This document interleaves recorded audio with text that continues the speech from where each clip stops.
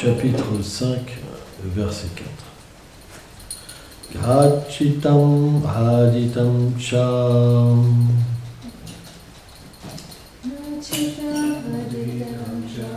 Brahma yatat sanatanam Tatapi suchat manam Akritartam viva prabhu Kinyashitam maritam sham Brahma yatat sanatanam Tatapi suchat manam Akritartam viva prabhu. Prochain. Jigyasita maritam cha Brahma yatat sanatanam Tatapi shuchasya pranam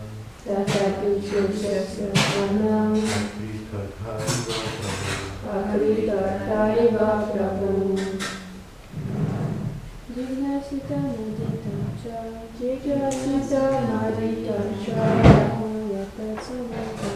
Brahma yatat sanatanam Tatapi shuchasya pranam Akritarthaiva prabhu.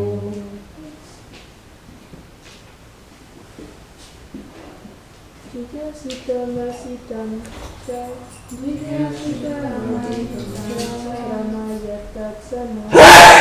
Brahma yatat sanatanam Tatapi shuchasya pranam Akritarthaiva prabhu.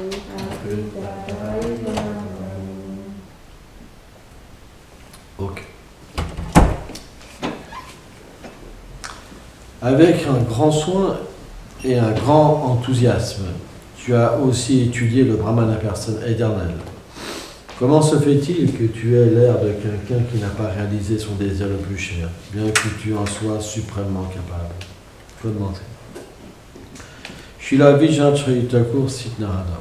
Tu ne peux pas dire non plus que la raison de ta lamentation est le manque de connaissances réalisées, puisque tu as examiné et réalisé les conclusions philosophiques dans le Vedanta Sutra à propos du Brahman éternel, qui répand partout sa forme impersonnelle.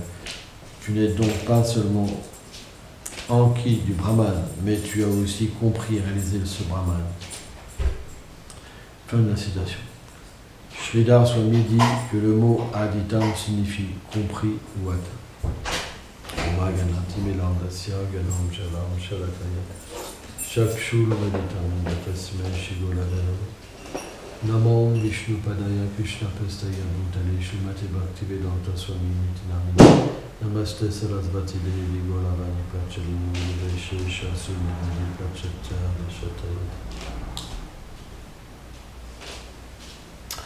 Les divertissements du Seigneur sont toujours très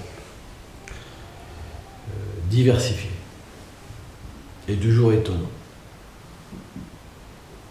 Vyasadeva, qui a énoncé les Puranas, pas le Bhagavatam encore, les Upanishads, les Vedanta Sutras, etc., le Mahabharata, il se retrouve dans une situation où il n'est pas satisfait. Comment c'est possible?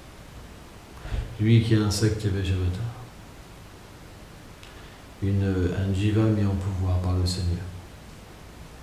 Tellement de choses sont passées à travers Vyasadeva. On ne peut même pas comprendre ce qui s'est passé à travers Vyasadeva. Mais, quand Narada Muni l'a perçu, bien qu'il avait la réalisation du Brahman et de nombreux aspects du Seigneur, Narada Muni pouvait comprendre qu'il n'était pas pleinement satisfait. C'est intéressant quand même. C'est ça la différence entre un Vaishnava et quelqu'un qui n'est pas Vaishnava. Parce que lorsqu'on rencontre Krishna, on peut comprendre ce qu'est la satisfaction. La preuve, c'est que même si on avait réalisé la Brahman impersonnelle, ou même la réalisation du Paramatma, ou même la réalisation de Narayana, on trouverait que cette réalisation, comme celle du Brahman, est comme quelque chose, comme une punition. Et pourtant, ceux qui sont dans la réalisation du Brahman, c'est d'expliquer qu'ils sont satisfaits en soi, complètement satisfaits. Par exemple, si quelqu'un vient ici, il rentre avec la réalisation du Brahman en lui, vous allez voir rayonnant. Mais quand il va voir les déités, il ne ressentira aucune attirance pour les déités.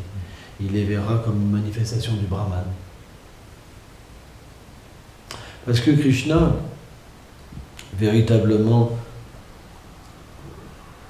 se révèle selon la connaissance et les austérités des vies passées. Le Srimad Bhagavatam explique ça. C'est un verset très important. Et tout le monde a une réalisation du Seigneur suprême. Et le Vaishnava, parce qu'il rencontre Krishna, il a rencontré Krishna, peu importe si c'est une fois, ou c'est 10 fois, ou c'est 100 fois, ou c'est tous les jours. Il peut comprendre qu'une personne ne peut pas être satisfaite sans rencontrer Krishna. Parce que on est tous faits pour une chose, c'est l'amour. On aime dire à quelqu'un « je t'aime ». On aime reprendre quelqu'un. On aime bouder. On aime, comment dire, se moquer de l'être aimé. Mais si on regarde bien, avec le Brahman impersonnel, on ne peut pas faire ça. On est dans une réalisation statique. Alors statique, il y a extatique aussi dedans, mais c'est statique, stackistique. Stack-axtique. Bref, vous m'avez compris. C'est extatique et statique.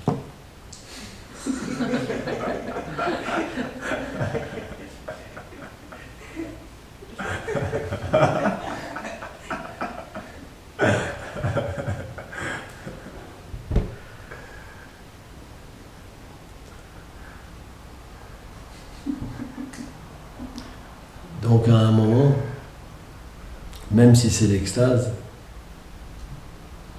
il n'y a pas de diversité, il n'y a pas d'action, il n'y a pas de sentiment. Tout ne peut pas être comblé.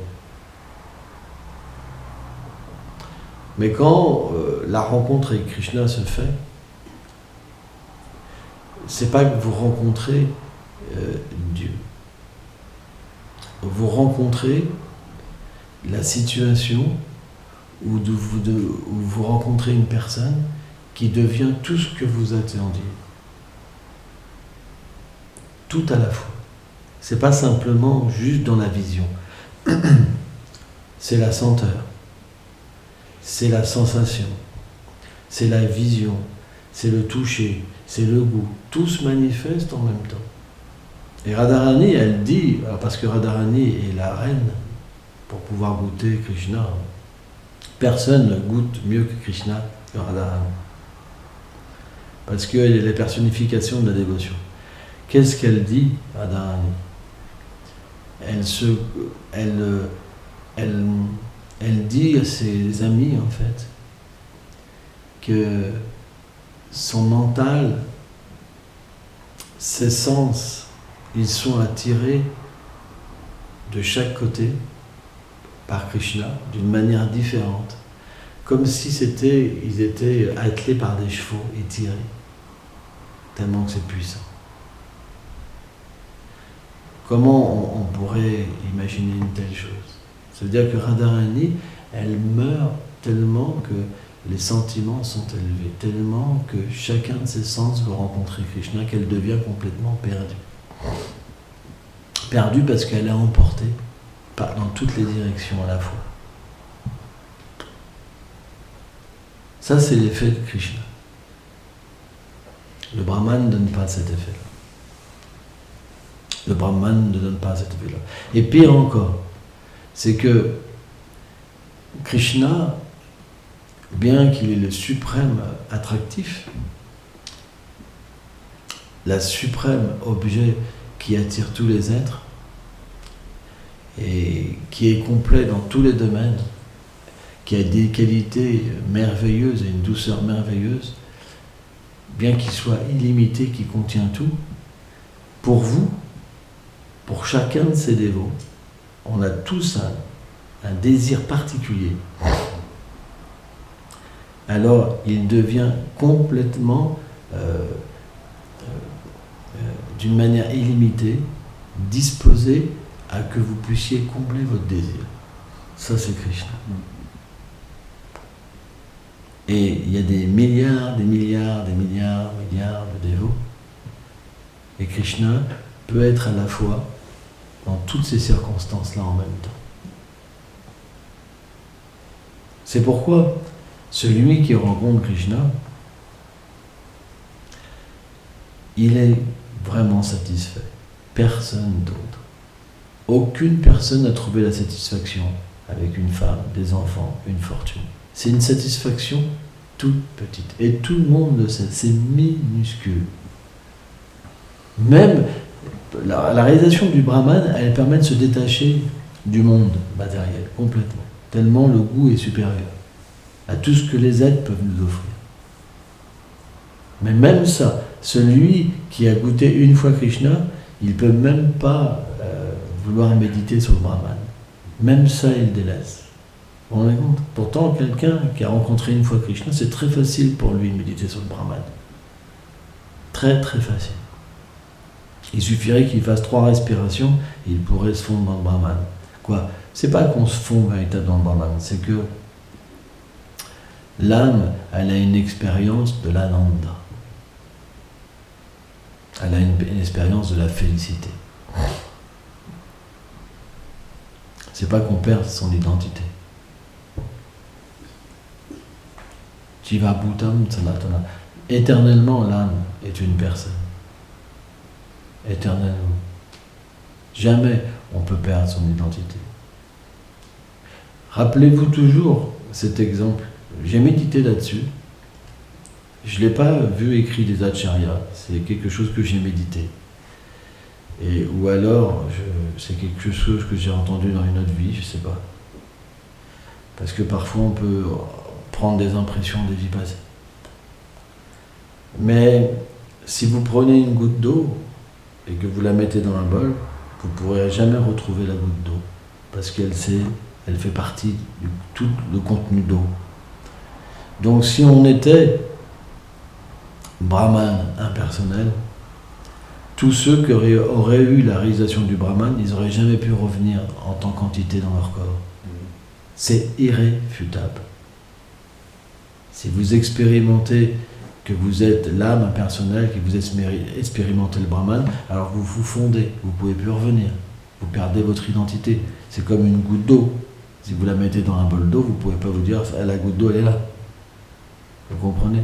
Donc pourquoi ils reviennent ? C'est parce que c'est une mauvaise compréhension. Mais tant qu'on n'a pas de contact avec les purs dévots du Seigneur, on ne peut pas comprendre la nature de l'âme, ce n'est pas possible. Parce que la nature de l'âme, on peut l'expérimenter en entendant les gloires du Seigneur suprême. Parce que les gloires du Seigneur, elles purifient toutes les conceptions matérielles. Toutes les conceptions, même spirituelles, comme l'atteinte du Brahman et du Paramatma, elles enlèvent tous les désirs chez l'être vivant. C'est pourquoi nous devons entendre les gloires du Seigneur suprême. C'est un Seigneur tellement miséricordieux. Une fois à Vrindavan, il y avait un démon sous la forme de feu. Comment il s'appelle celui-là ? C'est pas Vimashura, non ? C'est pas celui-là, non ? Je ne me rappelle plus comment il s'appelle. Donc bref, les vaches, c'était... Parfois Krishna joue et les vaches s'éloignent. Et donc, Ils ont été dans la forêt et il y a un énorme feu de forêt qui s'est manifesté. Un énorme feu. En fait, c'était un démon qui avait la forme d'un feu et qui mettait le feu partout. Il désirait en fait tuer Krishna et ses amis. Et il a fait tellement chaud en fait que les pâtres et les vaches ont perdu connaissance. Mais ils avaient tous pris refuge en Krishna. Et qu'est-ce que Krishna a fait? Il a aspiré le feu et le démon aussi. Et pas simplement ça. C'est que quand il a éveillé de nouveau les pâtres et les vaches, ils se sont réveillés comme si que rien ne s'était passé. La forêt était encore là. Donc pour eux, c'était comme un rêve, comme quelque chose qui n'avait pas forcément existé. Jamais Krishna ne laisse une mauvaise empreinte à ses dévots, d'anxiété, de peur. Bien sûr, il manifeste ses divertissements dans le monde matériel pour prouver qu'il est Dieu, la personne suprême. Par exemple, vous avez des avatars sur la planète en ce moment. Il y a le feu sur toute l'Amazonie. En ce moment, il y a beaucoup de dégâts sur la planète, mais ils ne vont pas au bord de la forêt avaler le feu. S'ils approchent un peu trop, ça leur brûle les fesses. Mais ils sont Dieu, la personne suprême. Pourtant, pour Krishna, avaler un feu, c'est pas grand-chose. C'est vraiment pas grand-chose. La preuve, c'est quand il montre la forme universelle à Arjuna, de ses bouches sortent des flammes, les flammes de la dévastation. Anantasesha, Prabhupada dit, quand il voit que les âmes refusent de s'abandonner au Seigneur, ça l'énerve à un moment. Et en fait, de cette colère sortent les Rudras, les 11 Rudras, qui détruisent l'univers à travers le feu. Donc, comment dire, pour Krishna, avaler un petit feu, c'est pas grand-chose. Mais s'il fait ça, c'est pour se divertir avec ses dévots, et c'est aussi pour manifester des pouvoirs que les gens peuvent au moins un petit peu croire. Et encore, c'est difficile.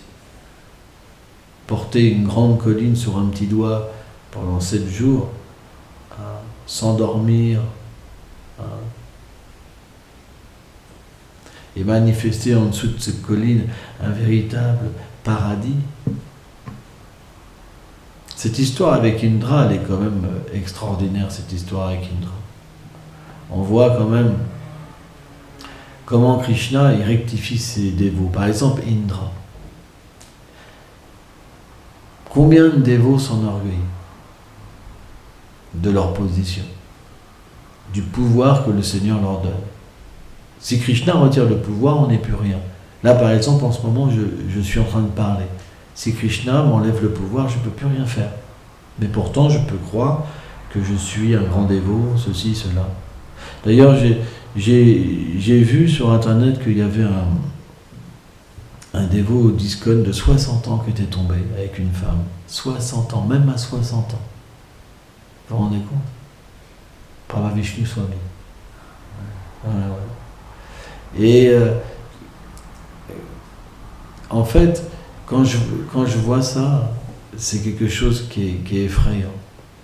Parce que on peut se dire que si on n'est pas protégé, qu'est-ce qu'on va devenir? Dès qu'on pense qu'on est un maître, dès qu'on pense qu'on a un pouvoir, l'énergie matérielle va venir nous chercher. On ne pourra pas lutter. Peu importe dans la situation qu'on soit, même Grihastha, on ne pourra pas lutter. On sera attiré par quelqu'un d'autre même que notre propre femme ou notre propre mari, même si on a des enfants. Parce que l'illusion est tellement forte. Tellement forte. Et quand je vois ça, je prie Prabhupada vraiment pour qu'il nous protège, quoi. Jamais penser qu'on est quelqu'un de spécial. Jamais. Toujours être un enfant. Et sous le refuge des pieds pareils solitudes de Prabhupada, qui est le Père. Jamais penser qu'on a un pouvoir par nous-mêmes. Jamais, jamais, jamais. Et Indra était tombé dans cette situation. Ça lui arrive souvent, Indra. Pourtant, Indra, c'est pas un être ordinaire. C'est expliqué que les associés du Seigneur se manifestent de Goloka Vrindavan dans différentes régions de l'univers. Et Indra est une manifestation d'Arjuna, partielle. Donc Indra n'est pas un être ordinaire. Indra n'est pas un être ordinaire.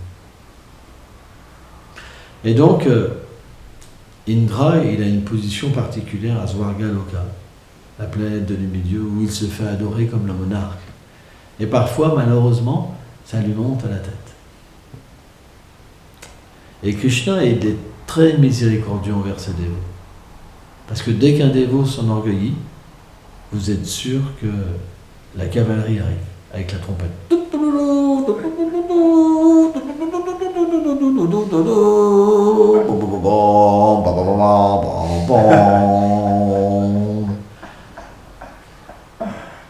Ça arrive. Le test va arriver. Krishna va faire un moyen. Il peut même vous faire tomber, tout. Faire en sorte que tout le monde vous critique. Krishna fait ça pour ses dévots. Quand vous voyez quelqu'un tomber, ça ne veut pas dire forcément que Krishna ne le bénit pas. Mais ça veut dire qu'il y avait quelque chose à rectifier. Cette position qu'il avait, ça l'avait enorgueilli. Il se faisait adorer comme un pur dévot, machin bidule, Jai Gurudev et tout, ça fait du bien, hein, c'est sympa. Quoi, tu m'as pas offert ton hommage aujourd'hui, attends, tu vas aller en enfer. Ça peut rapidement arriver chez quelqu'un en fait. C'est naturel dans le monde matériel. Une petite adoration. T'as l'air fatigué toi aujourd'hui. Ça se voit. Ça rayonne de fatigue. Mais bon, c'est bien, tu restes éveillé et le corps droit. T'inquiète, la fatigue, c'est pas toi.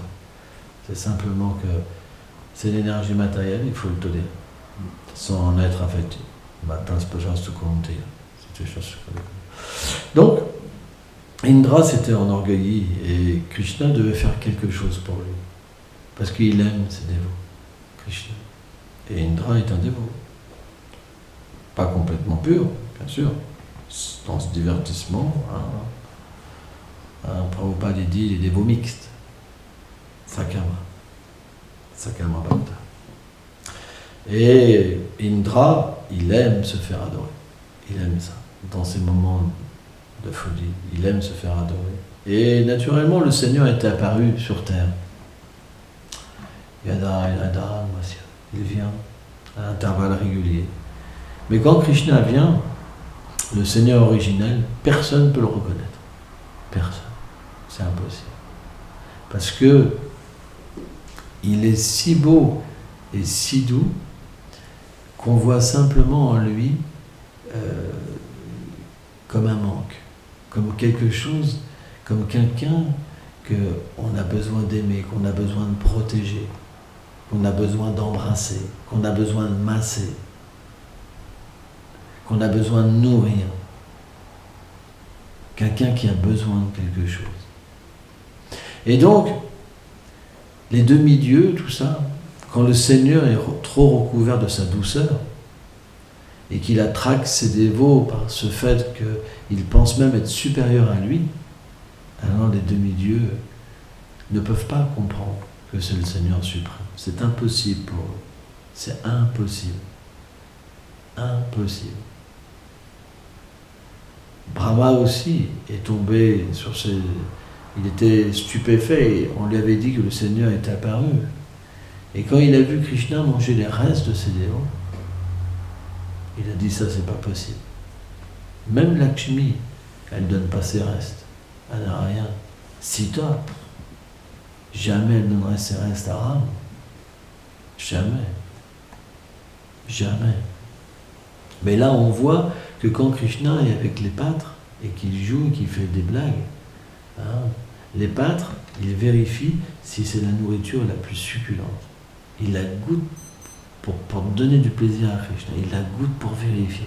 Et là, ils sont, waouh, ça va plaire à Krishna. Et ils donnent dans la bouche de Krishna. Et Krishna mange les restes de ses dévots. Même des fois, les pâtres, ils montent des fois à plusieurs sur les épaules pour attraper des fruits. Alors nous, ça serait difficile à faire. Ou alors les jongleurs, les équilibristes, tout ça. Mais les pâtres, ils n'ont aucun problème avec ces trucs-là. Parce qu'ils ont tous les pouvoirs. Donc parfois, ils montent comme ça sur plusieurs personnes. Et quand ils cueillent les fruits, pour chipper les fruits, hop, il y en a un qui le goûte, pour voir s'il est bon pour Krishna. L'autre, il le goûte, l'autre, il le goûte. Quand ça arrive à Krishna, ça a déjà été goûté par 3, 4, 5 pâtres. Vous ferez ça, vous? Personne ne ferait ça. On dirait, mais c'est dégueulasse. T'as bu à la bouteille, il y a ta bave là. C'est dégueulasse.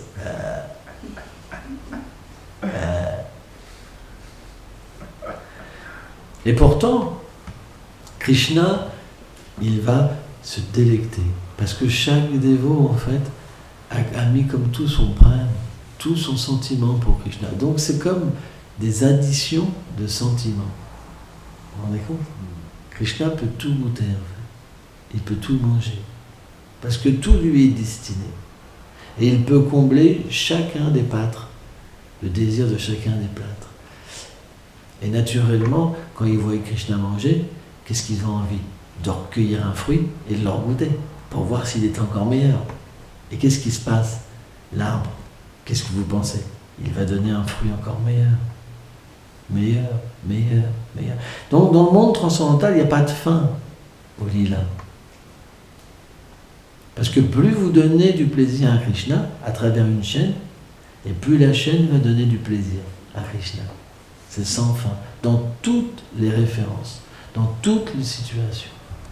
Parce que l'amour augmente. Quand Krishna mange l'amour de l'arbre qui a donné le fruit, ça commence par là, avec le pâtre qui a goûté pour voir si le fruit est merveilleux, etc., etc., alors tout leur amour augmente.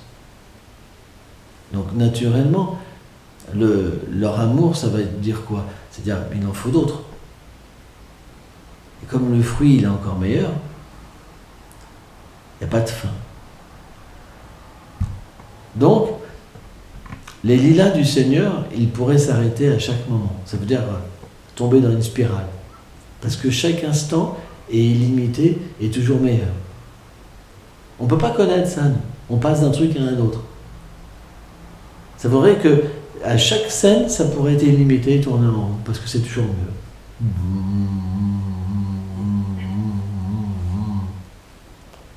Et pourtant, ça continue. Parce que Krishna, il est conscient, l'énergie de Krishna, Chitta Shakti, ou Lila Shakti, plutôt, elle est consciente qu'il y a tellement de dévots qui attendent de donner leur amour à Krishna.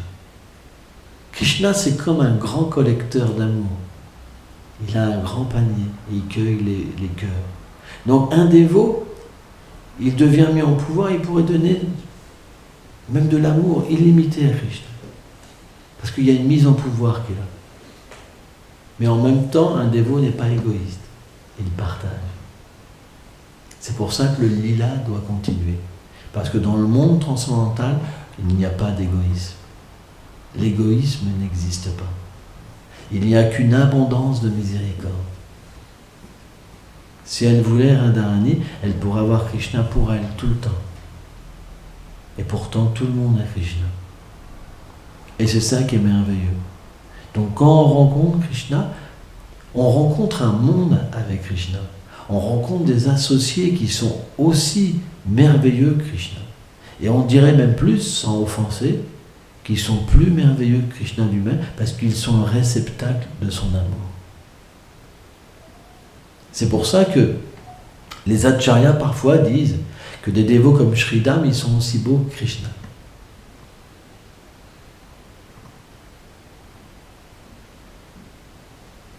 Parce que c'est un monde de perfection. C'est un monde de partage. Et c'est pourquoi l'expérience de Krishna, elle nous enlève la capacité d'expérimenter toute autre expérience dans ce monde. Ce n'est plus possible après. On peut trouver un bonheur tant qu'on n'a pas goûté ce qu'est le bonheur. C'est pour ça Narada Muni, quand il a vu Vyasa, il a compris qu'il n'était pas satisfait.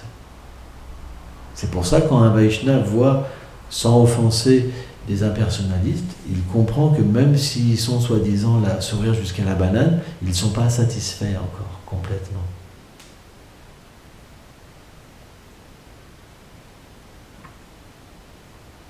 Donc qu'est-ce que Vyasadeva a suggéré à Narada Muni? De parler de Krishna, du divertissement de Krishna. Pour sortir de cette impasse.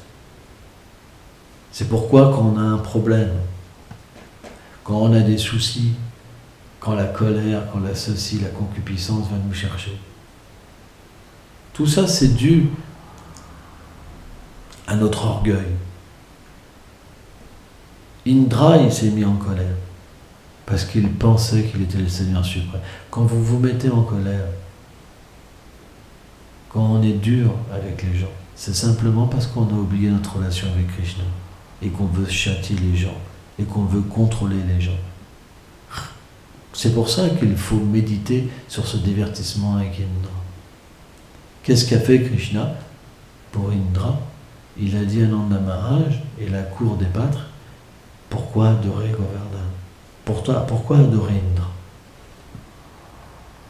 Et eux, ils étaient persuadés qu'il fallait adorer Indra, parce que Nanda Maharaj, il ne sait pas que Krishna est Dieu.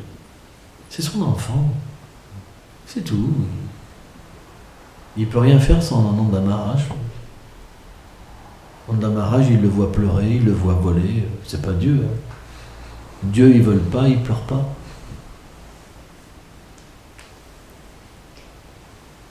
Nanda Maharaj, c'est Krishna, c'est son enfant et il le contrôle.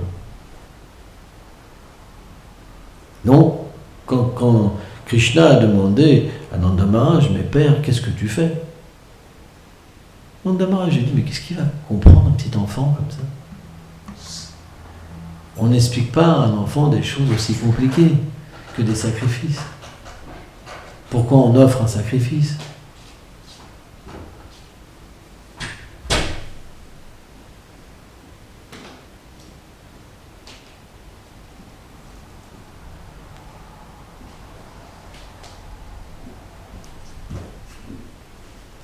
Personne ne fait ça. Mais là, l'énergie du Seigneur se manifeste à ce moment-là. Nanda Maharaj est trop recouvert par la douceur. Il ne peut pas rien voir de la suprématie de Krishna. Mais il faut quand même que quelque chose se passe. Et Krishna dit, s'il te plaît, Père, il faut que tu m'expliques. Quelqu'un de miséricordieux donne toujours la connaissance à quelqu'un qui n'en a pas. Je suis ton fils. Il a dit d'accord. Donc là, en ce moment, on offre un sacrifice à Indra, parce que c'est grâce à lui qu'on peut avoir les pluies. Et sans eau, on n'a pas de céréales, on n'a pas d'herbe tendre pour nos vaches. Donc chaque année, on fait ce culte pour remercier Indra. Et Krishna a souri, il dit, mais père, Indra, il est pour rien, non? Regarde un peu. Est-ce que l'océan a besoin de pluie? Il pleut sur l'océan. Donc s'il contrôlait la pluie, il n'y aurait pas de pluie sur l'océan. Donc il a commencé à donner des arguments au point que ils sont tous regardés et ils disent quel fils prodigieux. Et ils ont dit qu'est-ce qu'on doit faire? On devrait plutôt adorer Govardhana. Parce que c'est Govardhana véritablement qui nous offre toutes ces choses, cette colline merveilleuse. Parce que Krishna aime ses dévots. Govardhana, Rupa Goswami, il dit c'est la première manifestation de Radha et Krishna qui est venue sur la planète. En fait, quand Krishna, quand Shridam a maudit Radha de descendre sur la terre comme une vachère, et que Radharani a maudit Sridham de venir comme un démon. Et alors ils ont tous les deux pleuré, Sridham et Radha. Mais tout ça, c'était le désir de Krishna. Et Krishna a dit, nous allons en fait aller sur la terre tous les deux.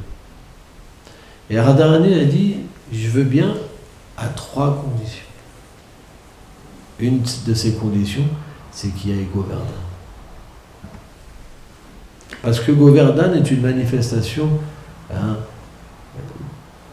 du désir de Srimati Radharani de se divertir avec Krishna. Quand Radharani a demandé à Krishna de manifester un endroit merveilleux, il a manifesté Govardhan. Et Govardhan devenait tellement grand, avec des millions de pics, je ne sais plus combien de centaines de milliers de kilomètres d'eau, c'est même pas des millions, Govardhan originel, que Krishna, tellement que Govardhan s'expandait, c'était énorme, qu'il a été obligé de claquer sa main pour arrêter, que Govardhan grandisse. Parce que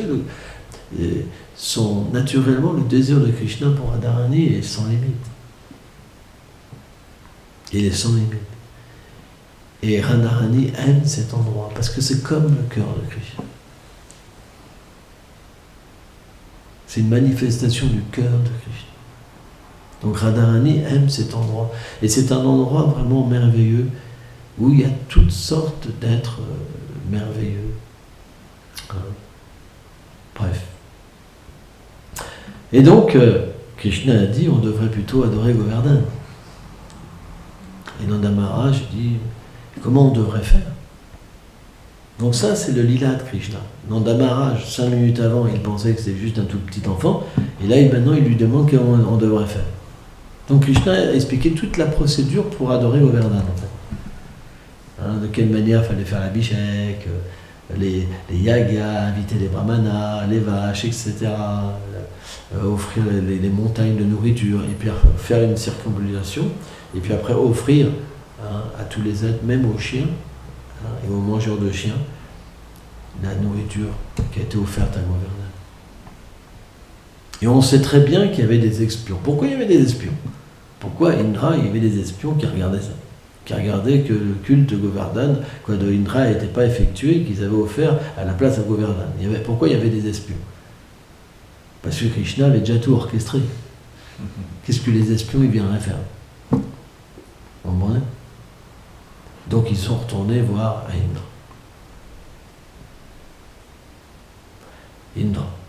Et là, Indra est devenu vraiment en colère. Et c'est à ce moment-là que Krishna peut véritablement rectifier son dévot. C'est quand les mauvaises choses sortent. Il voulait tuer les habitants de Vrindavan. Il a envoyé ces nuages-là de dévastation, qui avaient différentes couleurs.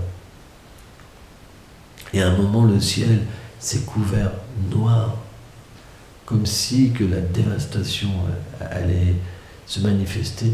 Et là, les habitants de Vrindavan, ils ont tout de suite compris qu'ils avaient offensé Indra. Et là, il a commencé à pleuvoir des colonnes de glace, je sais pas, des océans d'eau, des choses terribles. Mais pourtant, ça ne pouvait pas tuer les habitants de Vrindavan. Nous, en 2 secondes, on aurait été écrasés. C'est mystique tout ça. Vous comprenez? Ça veut dire qu'il y a 2 plans qui se mélangent. Le plan de la transcendance et le plan mondain. Pour le divertissement du Seigneur suprême. Donc, il y a eu quand même une sorte de souffrance expérimentée. Les vaches criaient « Govinda, Govinda ». Les habitants de Vrindavan appelaient Krishna, Krishna, Kana, Kana. Et là, Krishna dit « Oh, je comprends tout. C'est cet Indra qui montre son orgueil. Je vais lutter avec Indra d'une manière à détrôner son orgueil et à le rendre humble. » Et là, il a dit « N'ayez crainte, ô habitants de Vrindavan. Et là, il a soulevé en fait Govardhan. En fait, il n'a même pas soulevé Govardhan. Dès qu'il a touché Govardhan, Govardhan est devenu tellement en extase qu'il a gonflé, il est devenu super léger par son extase. Et Krishna l'a soulevé en fait. Il est monté sur une comment on pourrait dire, une estrade que Govardhan avait manifestée pour que Krishna fasse ses là, et il s'est mis dans une pose incurvée, c'est à ma gauche, il soulevait Govardhan. Et il a dit, n'ayez pas peur, venez, je soulève Govardhan, n'ayez pas peur. Et là, ils sont tous venus, tous les habitants de Vrindavan, avec les vaches, et c'était un endroit merveilleux, avec des lacs, des choses, une opulence qui était inimaginable. Mais Krishna était tellement beau, parce qu'il voulait donner son darshan spécial à Radharani. En fait, il a organisé ce divertissement pour rectifier Indra, mais pas que pour ça. Ça, c'est secondaire. Il voulait donner son darshan à Radharani, un darshan spécial pendant 7 jours consécutifs. 7 jours consécutifs. Il s'est manifesté dans une forme tellement belle que tous ses dévots oubliaient même de manger, de dormir, et tous étaient subjugués par ce darshan, un tellement beau darshan héroïque de Krishna, tellement doux, tellement merveilleux, quoi. Et chacun avait à ce moment-là une relation particulière avec Krishna. Par exemple, Maya Yashoda, elle devenait complètement folle d'anxiété parce qu'elle pensait que Krishna était fatigué, elle pensait que Krishna avait faim, en fait. Elle lui massait son bras, quoi. Elle lui disait, mais au moins change de bras. Tu vois. Les pâtres, eux, ils pensent que Krishna est comme eux, pas plus. Donc ils ont pris leur bâton, ils ont commencé tous à soulever la colline et dire, écoute, tu dois être fatigué maintenant, laisse-nous porter maintenant. Et Krishna a dit, ok. Puis il a commencé et là ils sont tous, non, porte. Et là il a repris. Et puis quand Radharani en fait le regardait, Krishna il tremblait en fait. Il tremblait, il suait en fait. Et tous les symptômes d'extase se manifestaient. Et les copines de Radharani, elles avaient peur. Elles disaient, mais arrête de le regarder, parce que là, on ne sait pas ce qui va se passer. Il tient quand même une colline. Parce que Govardhan, elle se bougeait en même temps.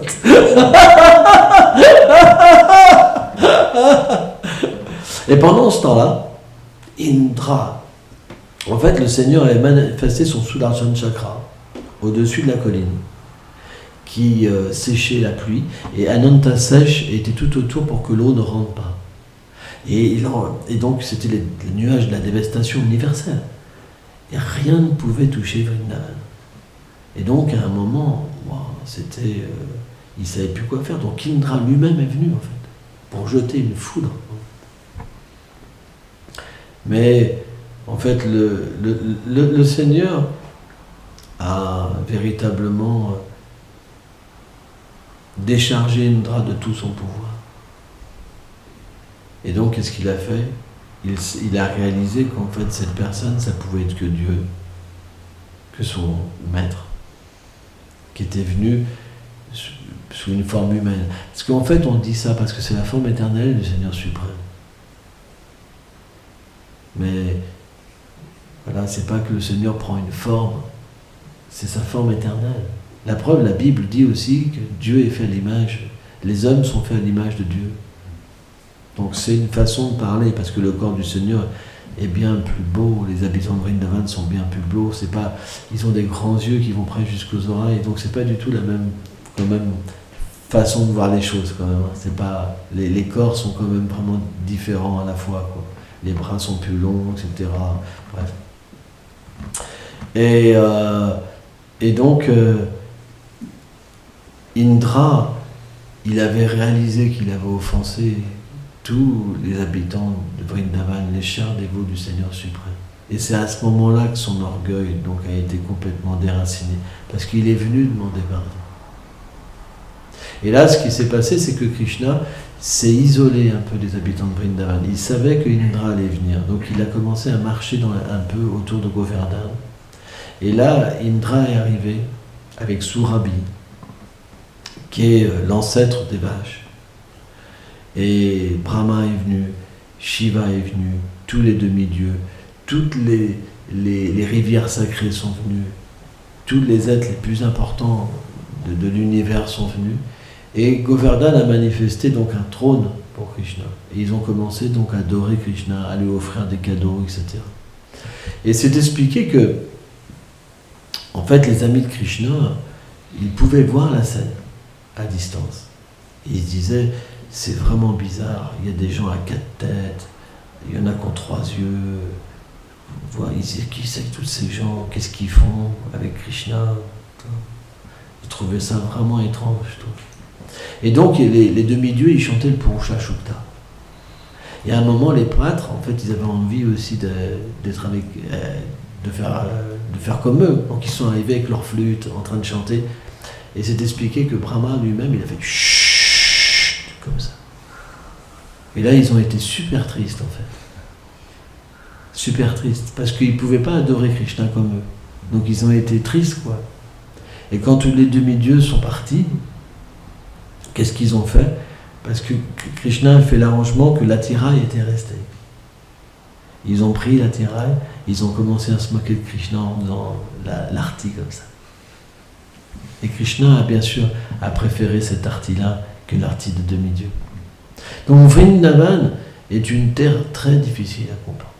C'est pour ça, vous ne serez pas nombreux à accepter. Même Indra, il a du mal à comprendre Vrindavan. Hein? Gaul,